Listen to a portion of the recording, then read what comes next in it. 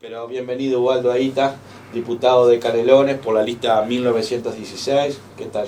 Bueno, buenos días, muchísimas gracias por la invitación y el espacio de poder compartir con la audiencia del programa de Voces del Interior.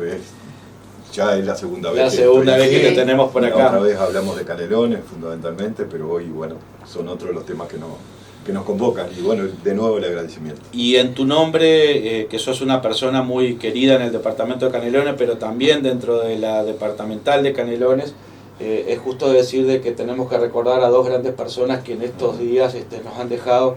Uno es Inés Silva y la otra es Hugo Acosta. Sí, bueno, andamos arrastrando unos dolores la el otro verdad. día, ¿no? Antes de ayer perdimos al compañero Hugo Acosta, con quien, en lo personal además, fuimos 10 años de edile juntos, y teníamos un afecto construido desde mucho tiempo. Y también Inés Silva, ¿no? Nuestra concejala en el municipio de Las Piedras, una encantadora persona. Yo voy a tomarme un segundito para contar que Inés alguna vez me contó que ella trabajaba, hacía arreglos de costura. Entonces, mientras hacía esos arreglos, escuchaba la radio y de esa manera se iba informando. Y aquellas cosas que no entendía muy bien, las anotaba en un cuaderno para después poder preguntar e ir formándose. Entonces, de esa calidad de persona estamos hablando, ¿no? Hubo un hombre delicado para sugerirte, para aconsejarte, muy delicado, ¿no? Nunca ordenaba, él sugería, pero con una delicadeza particular. Exacto. Y bueno, y también un conocedor de la política, particularmente de la política canaria. Yo decía ayer con algunos compañeros que también están extremadamente afectados por la pérdida de Hugo, que era un sabio del cómo viene la cosa. Él ¿no? Te decía, bueno, mirá, y en eso tenía un olfato muy particular. Presidente y vicepresidente de la Junta Departamental de Canelones. Sí, en el periodo anterior él fue presidente. Es un hombre que cosechó el respeto además de todos los partidos políticos. Ayer hubo muestras claras de eso. Bueno, por lo cual, digo, también, y esto sin acudir a las frases hechas ni eso, pero digo, redoblar el esfuerzo que nos queda en estos días. Y levantar esas banderas que ellos dejan ahí con el entusiasmo que ella las tenía. Yo digo, ¿no? De esa calidad de personas, ¿no? Inés siempre me gusta contar esa anécdota porque cuando me la contó uno no podía más que emocionarse, ¿no? Y bueno, Hugo tenía esas condiciones, ¿no? A uno le queda un agujero en los afectos, eso sin duda. Yo a ambos lo conocí siempre muy comprometidos con la tarea social del barrio, ¿no? Tanto Hugo en Paso Carrasco como en Paso Carrasco, ¿no? Bueno, por ejemplo con el baby fútbol, tuvo años trabajando. E Inés era un referente en cualquier movida social que hubiera en el barrio. Ella estaba Inés era una referencia permanente, ¿no? Exacto. Nosotros vivíamos constantemente cuando íbamos al barrio La Pilarica, que era su barrio. El respeto el respeto, el afecto que le tenían. Varias veces estuvimos reunidos en su casa. Bien. Pero bueno, por eso mismo... Está muy bueno que hayamos podido hablar, aunque sea unos minutitos de esto. Sin embargo, el tiempo de la radio siempre es tan poco, pero mereceríamos realmente seguir hablando de estos compañeros por lo que aportaron. Un camarada nuestro, el Púa, tiene una frase que dice: los anónimos con nombre y apellido, ¿no? Exactamente, lo sabe. Claro. Yo lo que recojo de Hugo es la tremenda entereza y la humildad del ser humano, que nunca te iba a levantar la voz, nunca te iba, pero siempre desempeñando la responsabilidad que desempeñó obviamente. El gobierno departamental, Hugo nunca la puso en juego, ¿no? Es decir, esa humildad que era parte de su ser, ¿no? Bien, vamos a dar un poquito el giro entonces. ¿Viste la conferencia de prensa del presidente ayer? Sí, naturalmente, bueno, era de interés, ¿no? Es decir, un poco extensa en comparación con lo que le había tocado al sí. Abarcó unos 15, 16 minutos la participación del presidente, y luego, bueno, fueron 6, 7 preguntas que extendieron casi a la media hora la participación del presidente. ¿Y qué te pareció en términos generales esto? Yo creo que en términos generales el presidente perdió una gran oportunidad de colocarse como el presidente de los uruguayos, como un jefe de Estado, celebrar la instancia que vamos a tener ahora el domingo próximo, ¿no? Y muy por el contrario se dedicó a defender un instrumento de un gobierno de coalición. Es decir, se comportó como el presidente de una coalición de partidos y perdió esa oportunidad, ¿no? de transformarse en un jefe de Estado, en presidente de todo, y bueno, deslizándose en algunas apreciaciones, incluso lo quiero decir con cuidado, pero con respeto, pero en definitiva deslizándose en algunas apreciaciones que faltan a la verdad, ¿no? Claro, exacto. O que por el contrario también tienen un objetivo político menor, ¿no? Es decir, como hablar de la carencia que significa el derogar estos 135 artículos, lo que significa en términos de carencia para el accionar de la policía. Nosotros estamos claros que los partidarios del sí tenemos muy claro que el problema de la seguridad es un problema que vive la sociedad uruguaya, y que la policía juega un rol fundamental, y en ese sentido nosotros defendemos la buena policía. Eso queda muy claro, ¿no? Claro. Y yo creo que tenemos antecedentes sobrados como fuerza política en el ejercicio del gobierno, antecedentes sobrados de cómo fue el verdadero respeto a la policía, otorgándole mejores condiciones para su trabajo, mejorándole los salarios. Claro. Es decir, en ese sentido claramente. Ahora es un instrumento jurídico que se le da a la policía y que pone a la policía, muy por el contrario, en un ámbito de desconfianza por la acción de los malos policías, que son sí, los menos, son los, ¿no?, menos siempre. Pero ponen en una situación de donde la desconfianza, que es un elemento fundamental que tiene que tener la población hacia la policía, se instala. Claro. Entonces, en ese sentido, yo creo que el presidente se desliza con alguna dificultad sobre estos temas, ¿no? Sí, también a mí me llamó la atención en esto de que, bueno, yo no creo que el presidente vaya a tomar el micrófono para mentirles a los uruguayos, ¿no? Pero a veces cuando uno escucha algunas cosas le quedan algunas dudas, ¿no? Por ejemplo, lo que tenía que ver con esto de lo que él remarcó, porque volvió varias veces, 2 o 3 veces en los distintos momentos de la conferencia, al tema de las adopciones. Y él decía entonces de que, bueno, de que cómo se podía estar en contra de querer acelerar estos procesos, ¿verdad? Y de hecho en la LUC, el artículo 406, así lo dice, que baja de 5 a 18 meses. Ahora, ese artículo no está en los 135 artículos. Ahí está, pero tampoco estaba el artículo que hablaba de los violadores y de la reducción de penas, y que sin embargo yo he visto que muchos actores por el no tienden como a querer traer estos temas y vincularlos con artículos que se quieren derogar, cuando en realidad eso no se deroga. Eso claramente queda establecido, por ejemplo, en el artículo 35, que está para derogar, que dice que la libertad anticipada ahora agrega 3 delitos: el de la rapiña, el copamiento y la extorsión. Eso es así, ¿no? Pero ya existían un conjunto de delitos que no eran beneficiados por la libertad anticipada. Bueno, entonces estas cosas han estado también en el marco de una campaña que ha sido difícil en términos, digamos, de la información. Yo quiero recordar que desde la recolección de firmas hubo una negativa al debate, al intercambio, al diálogo, que no permitió llegar con información. Ese es el primer paso. Y luego ahora, bueno, por último, se bajaron todos los debates y ahí hay un problema, ¿no? Se bajan los debates y se dice, bueno, que el presidente tenga la última palabra. Y yo creo que ahí están cometiendo un craso error político en términos de jugar todo digamos, poner en juego el prestigio de la institución presidente de la República, y bueno, en ese sentido creo que es un error político bien importante, ¿no? Pero bueno, también ha transitado esta campaña por desinformación, para decirlo menos, y en el caso concreto el presidente incurre, ¿no?, en un error, porque claramente este artículo 406 son los artículos referidos a la adopción, son 403 y 404, un tema muy sensible además, y que es un tema bien sensible, ¿no? Es decir, porque bueno, allí lo que se pretende es, en definitiva, el efecto de estos 2 artículos, que tiene que ver con la rebaja de las garantías del principal involucrado en una adopción, que es el niño, ¿verdad? Y a quien más hay que proteger, y es la parte más débil. Y en ese sentido se rebajan las garantías, y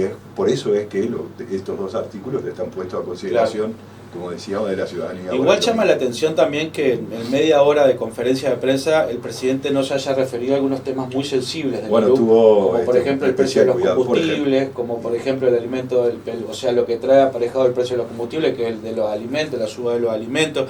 El Instituto Nacional de Colonización, hoy con este tema tan en boga la situación del Manini, ¿no? ¿Qué pasa? ¿Que hay una intención política de esconder esos temas? Bueno, digo, todo esto, Federico, todo esto va en el sentido de lo que nosotros planteamos, ¿no? No se instala como presidente de la ciudad, se instala como el presidente de una coalición de partidos. Y a todas luces, incluso bueno, por los resultados por lo que vienen manifestando las encuestas últimas, hay por lo menos una mitad del país a la que no le respondió, claro, no le dialogó, no se comunicó, sí, claramente. Entonces también esas situaciones, ¿no? El olvido cuidadoso de los temas como los temas referidos a el 235, 36 y 37 que refieren a los hidrocarburos. Sí. Y luego, bueno, los otros dos artículos referidos al Instituto de Colonización. Sí. Hubo un olvido seguramente, sí, no descuidado. No sé si a vos te pareció, pero como todo esto es tan raro y a veces esto de que, bueno, entonces confundo artículos y malverso la verdad, etcétera. Pero me llamó la atención que la prensa cuando pregunta no centre la atención en estas preguntas o en estos temas que se olvidó el presidente de tener en cuenta. Claramente, ¿no? A ver, el método, digamos, establecido por el artículo 235 para determinar el precio de los combustibles, claramente nos ha llevado a esta situación, ¿no? Es decir, donde no hay ningún elemento amortiguador de la situación internacional. Nosotros somos tomadores de precio de petróleo y claramente hasta anterior a la vigencia de la LUC, lo que había era un sistema que amortiguaba, digamos, la brusquedad de la variación de los precios, y eso permitía tener una perspectiva anual del precio. Era como un fondo que se hacía, exacto, ¿no? Claro, con la participación del Estado, ¿no? Claro. Es decir, sí, ¿para qué está el gobierno? Sí, ¿Para qué está? ¿No? Hoy yo digo, propietario de una pequeña empresa, me vuelvo loco, ¿no? Para cada 2 meses tengo que variar precios. Pero fundamentalmente, además, el tema de los combustibles tiene una especial afectación en el tema de la movilidad, de los fletes, y eso derrama particularmente, y bueno, hemos hablado, ¿no?, del problema del rubro alimentario, primera necesidad de cualquier familia. Sí. Entonces, claramente ahí hay un olvido premeditado, porque bueno, la afectación es actual, ahora está pasando esto, claro, ¿no? Sí, con los precios. A mí me llama la atención, no sé si a ustedes también, pero hace años que en el Uruguay no se utilizaba la palabra, el concepto de carestía. Y ahora empezó, ¿no? Es decir, porque la carestía refiere básicamente a los insumos más necesarios. A la canasta, ¿no? A la canasta. Entonces voy a agarrar y viste qué carestía que hay. Y eso, ¿cuánto es que no se hablaba en el Uruguay? Ese término no se utilizaba en lo coloquial, ¿no? Entonces, yo digo, ¿no? Volvemos a la cadena y volvemos al olvido selectivo, digamos, ¿no? Pero digo, también están los artículos de colonización que son, capaz que nos desviamos un poco, pero yo lo que digo es, la ley de urgente consideración, hay una de las formas que es, digamos, analizarla, y es cuáles son, a qué obedecen, digamos, sus capítulos, ¿a qué grupos de presión obedecen? Ahí está. ¿Verdad?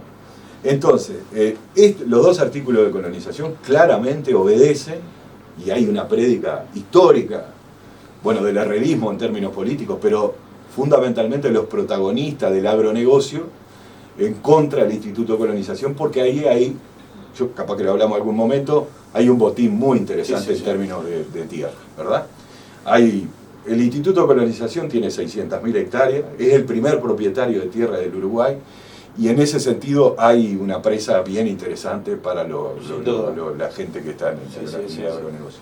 Comienzan con estas 50, 60, 70.000 hectáreas sacándole del régimen de colonización, que el régimen de colonización no solo el acceso a la tierra, sino también un conjunto de restricciones a la propiedad en el marco, digamos, de una política de colonización, de una política pública que tiene como uno de los objetivos la instalación en el medio rural de pobladores. Entonces, está claro que comienzan por esto como una primera.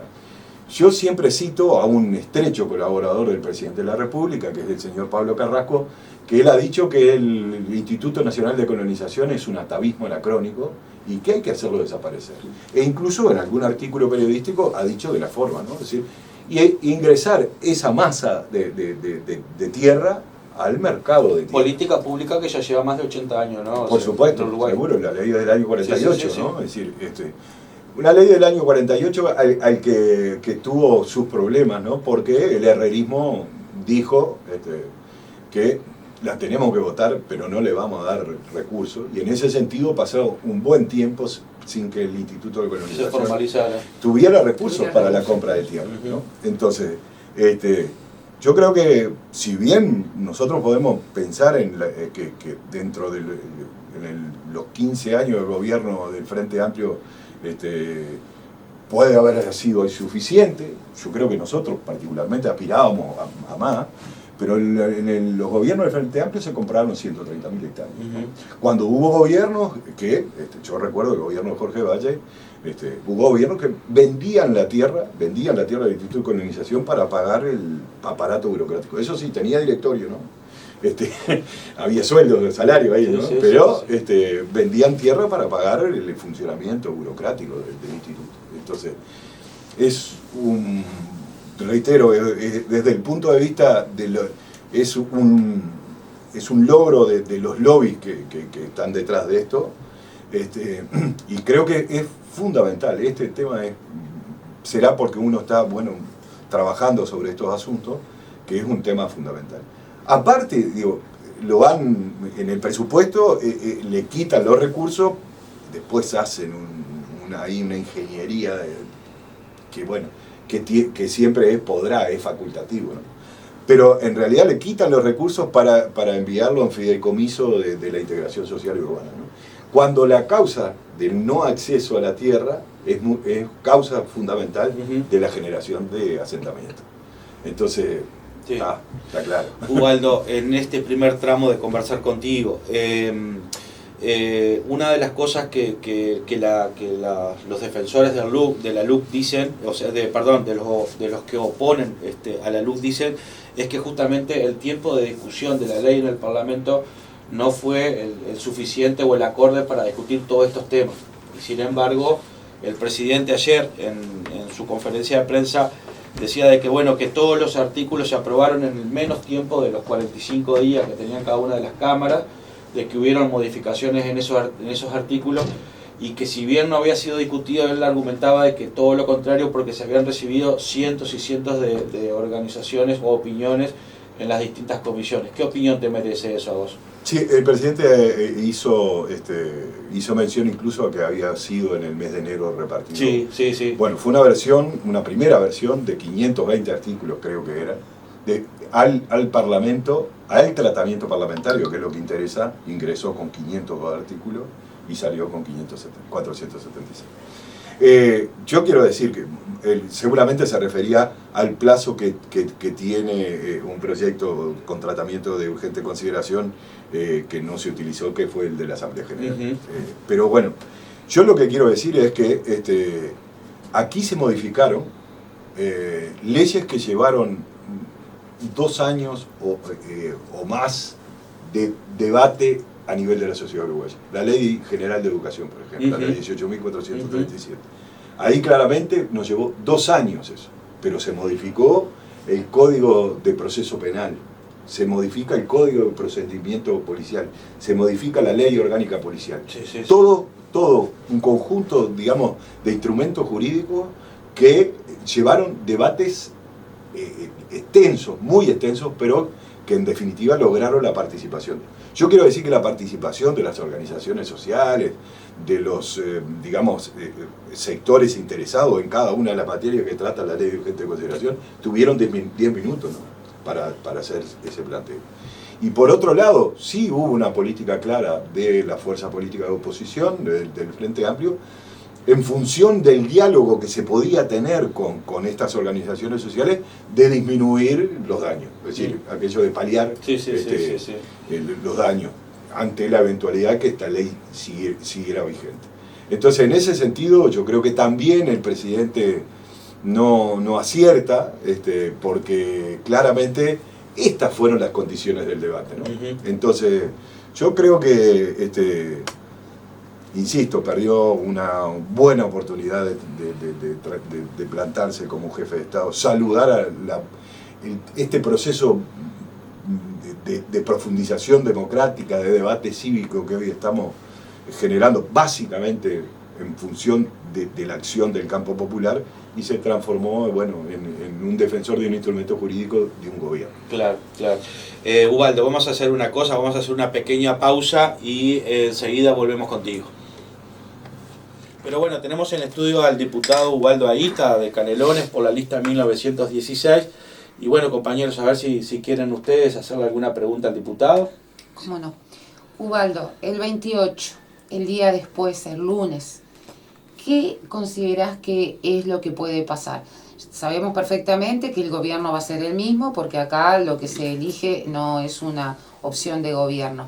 Pero según el resultado, gane el sí o gane el no, las condiciones de nuestra sociedad a partir del día lunes, ¿pensás que van a seguir siendo las mismas o que van a cambiar?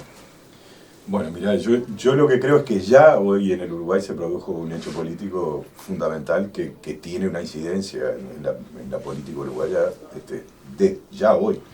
Si uno se maneja por las encuestas, hoy hay una paridad notoria, ¿no?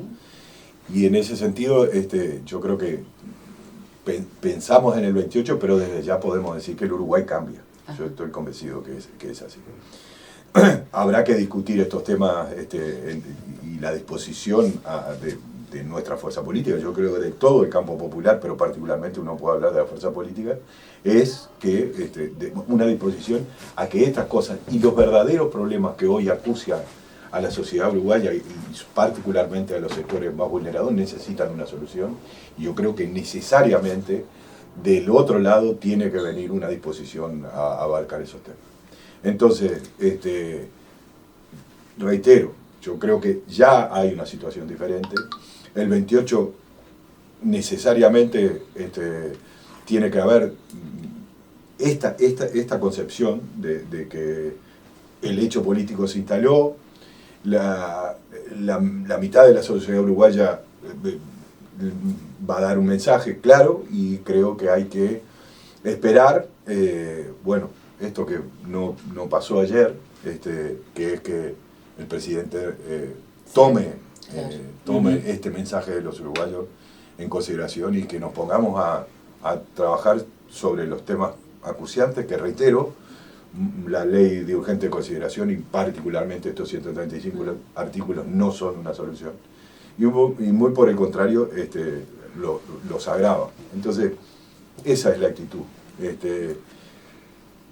Y seguramente hay un tema de naturaleza estrictamente política que tiene que ver con el fortalecimiento. Si esa es la respuesta, seguimos fortaleciendo, digamos, una sociedad uruguaya. Nosotros decimos la consigna para seguir siendo, o para ratificar, o para seguir siendo el Uruguay que somos. Yo creo que sí, ¿no? El Uruguay es una construcción histórica de muy diferentes vertientes, ¿no? Podemos citar hasta lo aportado por el movimiento obrero, lo aportado por los sectores populares, ¿no? El nacionalismo popular, de Carnelli, el vallismo, recoger lo que es la concepción bareliana de la educación pública, es decir, ¿no? Los aportes de la izquierda, digamos, con esa visión internacionalista, pero de una izquierda también de carácter nacional. Todo eso es el Uruguay, ¿no? Y eso, en este sentido, está de alguna manera puesto en juego por estos 135 artículos para llegar a una concepción de la democracia en términos políticos y sociales que no es la nuestra. Entonces, Yo creo que es eso, hemos conseguido además esta posibilidad de fortalecer la democracia, y en ese sentido mi reverencia al pueblo uruguayo que está protagonizando eso. Hoy yo creo que fundamentalmente las personas que no tienen clara su decisión, yo creo que lo que tiene que pasar es precisamente pensar en esto, ¿no? En el Uruguay que somos. Estos 135 artículos son un retroceso notoriamente, pero en el Uruguay que somos, que nos permitía pensar en un Uruguay mejor, ¿no? Nosotros hoy estamos viviendo un proceso aceleradísimo de instalación de la desigualdad, ¿no? En términos de apropiación de la riqueza de los producidos por Uruguay. Como yo me voy a poner a estudiar porque no sé si el Uruguay vivió un momento de precios de sus productos exportables del sector primario como lo que está viviendo ahora. Sin embargo, tenemos rebajas de salario, de poder adquisitivo de los salarios y de las pensiones, de las jubilaciones. Entonces, el principal problema que hoy se está instalando en el Uruguay para la vigencia de la democracia y su fortalecimiento es esto. La democracia tiene en la desigualdad su principal enemigo. Si no, fíjense lo que pasó en Chile, ¿no? Era un modelo de... Entonces, sin embargo, y en Chile desemboca en una opción de profundización democrática, claramente, por suerte, ¿no? Que va a dar vehículo, va a dar a esas demandas seguramente, pero digo, pasa pasa en el centro del sistema capitalista, donde se construyen sociedades cada vez más desiguales y el correlato es democracia cada vez más inestable. Entonces, en ese sentido, yo creo que nosotros debemos votar para seguir siendo el Uruguay que somos y poder construir un Uruguay mejor. Sí, vos decías, lo decías vos y lo dicen en varios lugares, pero creo que ayer, justamente con la intervención del presidente de la República, también creo que por lo menos hacemos algunos diagnósticos que divide las aguas, y ahí perdió, como decías vos, hablar como presidente de todos y no solo de un sector, pero justamente me parece que también que el mensaje, también digamos, lo que dijo, que no dijo, y el tema de la atención, llamada la atención de todo lo que uno esperaba que dijera o que dara respuesta, por lo menos sí, a esas 800.000 voluntades también, independiente más allá de los votos, 800.000 firmas se juntaron justamente para habilitar el plebiscito. Ni siquiera creo que le contestó a esas 800.000 firmas. Igual se va a hacer un diagnóstico. Pero también estaban diciendo el día después, yo creo que también el día después, más allá de los relatos, que también la presidencia de la República y el presidente tiene un blindaje mediático brutal. Digo, eso es una realidad. Yo creo que después habrá que analizar en millones de cosas, pero que también tienen que ver con el pase, que de repente parte de la responsabilidad o no de ustedes de poder tener la información. ¿Por qué el Canal 5 no va a pasar el partido de fútbol, por ejemplo, y los canales privados sí? Entonces, el costo también de la publicación por estar pasando, también ahí solapadamente, y doña María, doña Ramona, don José, don Pedro, que van al almacén, que justamente la suya de salario, no tienen por qué estar pensando que un favor se da con otro en ese sentido. Pero en este caso es lo que decías vos, todo por arriba, lo que tiene que ver, hoy Federico también decía, una nota muy especial o muy particular que se hizo con el tema de ANCAP, que también es, ¿dónde está la verdad? Porque yo creo que también ahí se está jugando con la mentira, que ahora dicen New Face, no sé qué, está bien, pero en realidad, para que nos entendamos todos, la mentira o verdad es a medias, o ocultar el espíritu de la verdad. Yo creo que eso el gobierno lo está haciendo permanentemente. Está haciendo permanentemente. Yo creo que en el contexto de la campaña pasó, yo diría, desapercibido, no desapercibido, pero no se le dio el valor, en el sentido que vos planteás, no se le dio... No tuvimos el tiempo suficiente quizá para hacer un análisis profundo de lo que fue la comparecencia del presidente en el Parlamento, ¿no? Ahí hay una de las cosas que no tuvimos, porque la atención estaba centrada en esto, ¿no? La campaña del sí, etc. Pero yo creo que ahí se plasma esto que vos planteás, ¿no? Verdades a La medias. media verdad, Sí. la interpretación del dato, ¿no? Exacto, sí. Acudió permanentemente a esa frase, dato y no relato, pero los datos se interpretan, los datos se interpretan. Exacto. Y la interpretación siempre es sesgada. Entonces, yo creo que por ahí también tenemos una dificultad. A ver, me preguntaba sobre el 28. Yo, sinceramente, creo en la capacidad de reflexión de los seres humanos, ¿no? Ujú. Pero los antecedentes no nos ayudan mucho para un Exacto. 28 digamos, en el que se reflexione y se analice este acontecimiento democrático que va a vivir el Uruguay en términos políticos grandes, ¿no? De grandeza. Los antecedentes no nos ayudan mucho, porque yo recuerdo cuando el presidente fue al Parlamento y, bueno, ahí Pero yo le agregaría 2 o 3 perlitas de último momento, Juan. También, ¿no? El fútbol por los canales abiertos, el asado, la Por un exoneración mes, del IVA del asado Por un mes. por un mes y la extensión, sí, pero la extensión de el programa oportunidad laboral por 2 meses más también. Bueno, muchas prestaciones culminan en marzo, ¿no? O sea, no sé. Entonces, en ese sentido no hay una valoración del pueblo uruguayo en términos de su capacidad de reflexión cívica, democrática. Es peligroso eso también. Cuando se subestima, Juan, la capacidad de análisis de las personas, del pueblo, ahí se entra también. Se cometen errores, me parece. Y también para cerrar, también se quiso traer un modelo que se usó mucho en Argentina, que es la grieta, y acá se quiso instalar la grieta en parte de la campaña, pero creo que ahora muy solapadamente también, pero muy firme, se quiere instalar la grieta del pueblo con la policía. Sí, claro. Entonces eso de lo que tiene que ver que se le saca el respaldo a la policía si los que vamos a votar el sí, y no es así. No, Digo, porque justamente al contrario, eso de no aflojen y todo eso es que también algún malentonado, un muy mal policía o una muy mala persona son las que tienen esas actitudes que son muy poquitos. Esa es la realidad, pero también se está instalando. Entonces digo, esa es un tema de preocupación. Y al otro día, sea cual sea el resultado, que yo estoy convencido, porque obviamente la población se está dando cuenta de que esto es en defensa propia, el perjuicio es todos los días en la heladera, el bolsillo, porque vos decías los comestibles, pero empezaron las escuelas. Sí, sí. Todos los que tienen hijos, Útiles hijas para mandar al colegio, digo, los útiles escolares es un disparate lo que han aumentado en lo que tiene que ver, agregarle eso, lo que tiene que ver también con la túnica, útiles, todo lo que tiene que ver con mandar tus hijos a la escuela, ¿no? En ese sentido. Y el sueldo tuyo sigue siendo exactamente igual. Estimados, yo no quiero ser el pájaro mal agüero, pero nos queda 3 minutos y me gustaría que Ubaldo, Un mensaje. su calidad de representante nacional, pudiera hacer un mensaje de cierre. Pero yo creo que también, digo, como militante de una causa Como política, militante, ¿no? como quiera hablar pero diputado. yo insisto en esto, ¿no? Yo creo que es un acierto esta consigna para propia. seguir siendo el Uruguay que somos, ¿no? Porque reitero, el Uruguay es una construcción histórica que recibe todas esas otras vertientes, ¿no? El wilsonismo en su versión popular y una mirada hacia...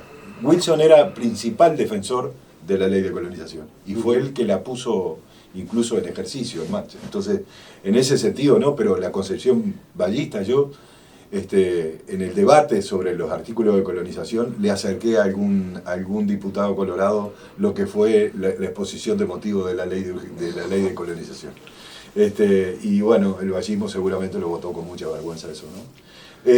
Pero bueno, eso, ¿no? Para seguir siendo el Uruguay que somos, yo insisto, creo que ya hoy el campo popular hizo un enorme esfuerzo que va a verse coronado por la victoria, por el logro del objetivo, y en ese sentido recuerdo un discurso de Germán Micheleni en el año 71 que decía, ¿cuál es la ética del militante? La ética del militante es haberlo dado todo por el logro del objetivo. Tener la tranquilidad de que el esfuerzo se hizo. Entonces, sé que en el campo popular están dadas estas condiciones, pasa esto, efectivamente, hay cumplido con la ética del militante que hablaba Germán, pero por otro lado sé que se le hizo una contribución enorme a esa construcción histórica que es el Uruguay. Sí. Que en términos democráticos, en términos institucionales, el gobierno va y lo vende en el exterior, ¿no? Porque todos sabemos que el Uruguay es vendido en el exterior por su seguridad jurídica, por la vigencia de los derechos democráticos, etc. Y acá lo niega.